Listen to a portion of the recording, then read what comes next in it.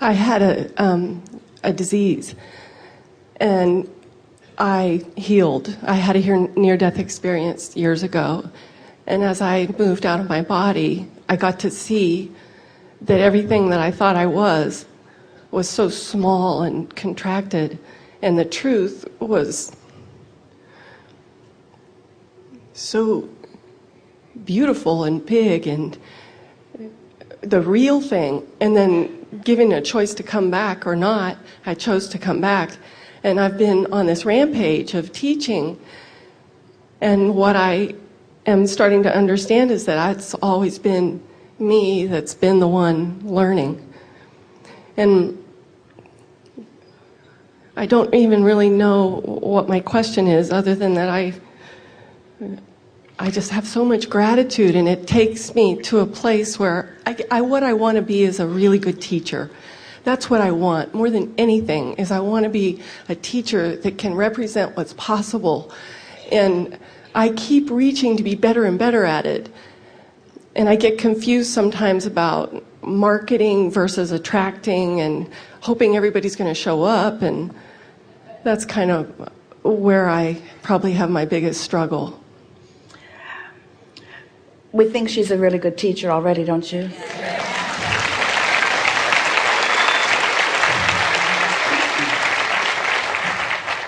You're touching on something that is really important. It's the effort factor.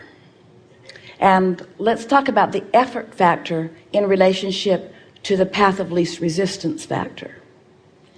So if you are efforting, then that means you haven't done the pre-paving work that we've been talking about. We're talking to anyone who's doing anything. Esther, one day she said to us, because we've really been emphasizing this high-flying disc, just do that. It's the easiest way to tune your vibration. It's the easiest way to deliberately control your point of attraction. It's the easiest way to just get out of bed on the right foot. It's the easiest way to tune yourself to the frequency of not only who you are, but everything you want.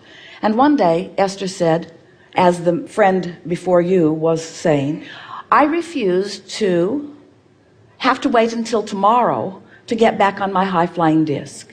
You've given us enough tools that I know that I can get back on my high-flying disc just because I want to be in that vibration. And so she set up for herself in her computer a template where she could do focus wheels, because she can type very quickly. So she put all of the fields for the focus wheels. You know what the focus wheel is? It's where you just identify how you want to feel, even if you don't feel that way. And then you just find thoughts or statements or ideas that you already feel like you want to feel about. So you don't challenge yourself in new thought, or you don't try to reach for things you're not feeling. You just find something that already feels like you want to feel and focus on that long enough that then another thought will come to you that feels like you want to feel. And as you move around this wheel, before you know it, you feel the way you want to feel, and then you make this final statement of how you feel. It focuses you into alignment. And so Esther began making focus wheels. And one day, as she was working on a focus wheel, she could feel that she was not finding the thoughts easily. She was working hard at finding the thought.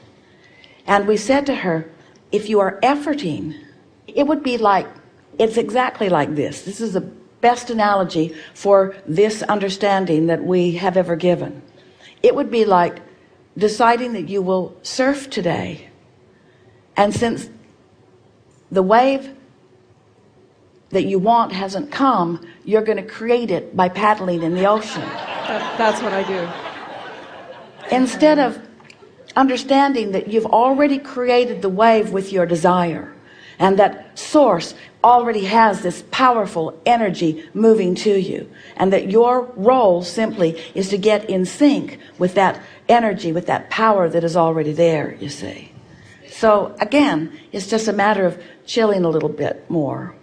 We want to say it's a matter of coming into your own sense of well-being and worthiness. But that's sort of cart before the horse thing, because what really has to take place is you find your alignment, and then your alignment produces the results, and your awareness of the results is what usually gives you that realization of who you really are. Things are always working out for you, and as you're looking for that, as you're looking for evidence of that, that would be a very good thing to focus on. Today I would like to see the evidence of things working out for me, because the universe is yielding that evidence to you all day, every day, because things are working out. But when you identify your intention to see that things are always working out for you, then you will. Did we answer it?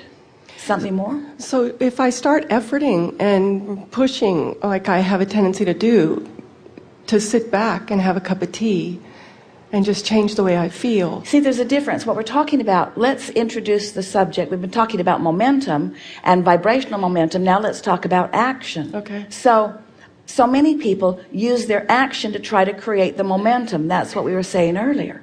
Well, of course you can create momentum with action. You can pick things up and move them around, and you can use your words and have some effect on things. But it's really a puny, paltry current in relationship with this alignment current that we're talking about. And so rather than taking the action first, what we're encouraging you to do is find alignment first, and then let the inspiration that comes from the alignment, let that action be inspired from that alignment.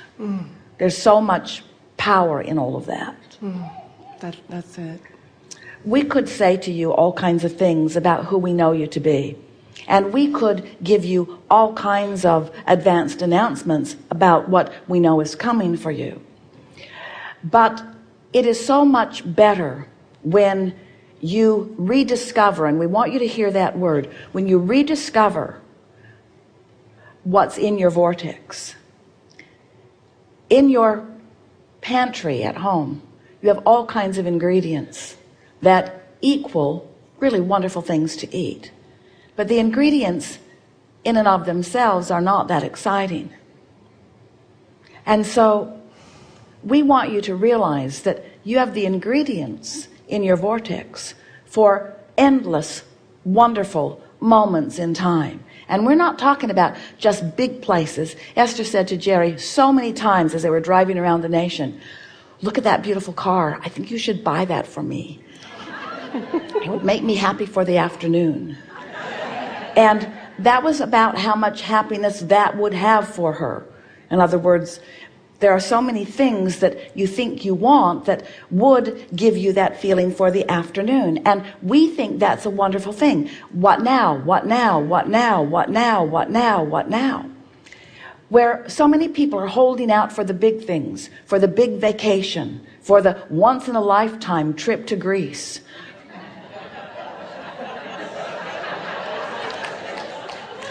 for the relationship that is the end of all relationships. The string of relationships ends with you. That's how good you are. And we want you to be continually open for the rendezvous now, and the rendezvous now, and the rendezvous now, and the rendezvous now, and the rendezvous now. And we want to say to you that your vortex has enough components within it, some that were there before you came into this body, and many that you have put there since you've been in this body.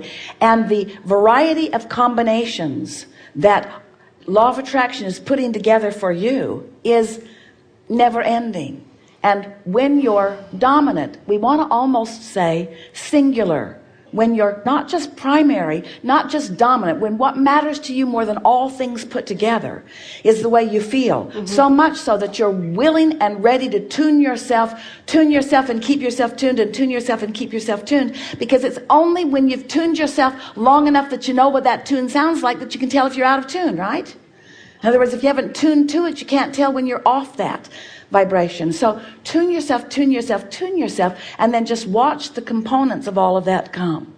People say, "Hey, Bram, I've written a book and the inspiration came to me. I knew what to do. I get in these spurts and snatches of inspiration, and there it is. And now I want to market it, or now I want to bring others to it. Now I don't know what to do. What should I do? How can I take this thing that I know is of value, that I want to present to others? How can I get it to the others?" And we say, write another book. And they say, no, you misunderstood me. I've written a book. I wrote the book.